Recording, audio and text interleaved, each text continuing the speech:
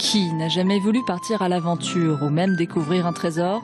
Nous sommes au XIIe siècle. Henri II, roi d'Angleterre et propriétaire de la forteresse de Chinon, vient d'y mourir, laissant derrière lui une suite d'énigmes.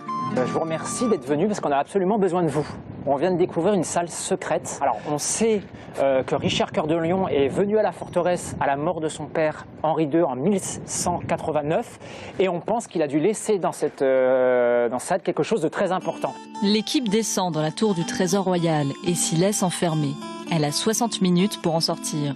De l'autre côté, un décor inspiré de l'époque du puissant roi Plantagenet.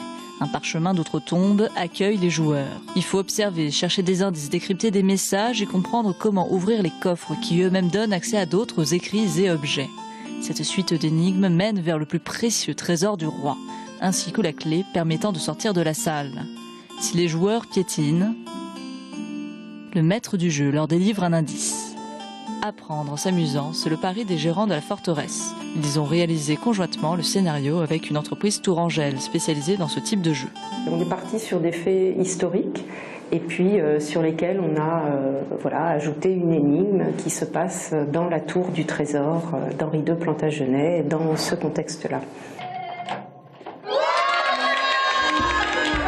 Mission accomplie in extremis. L'équipe s'est prise au jeu.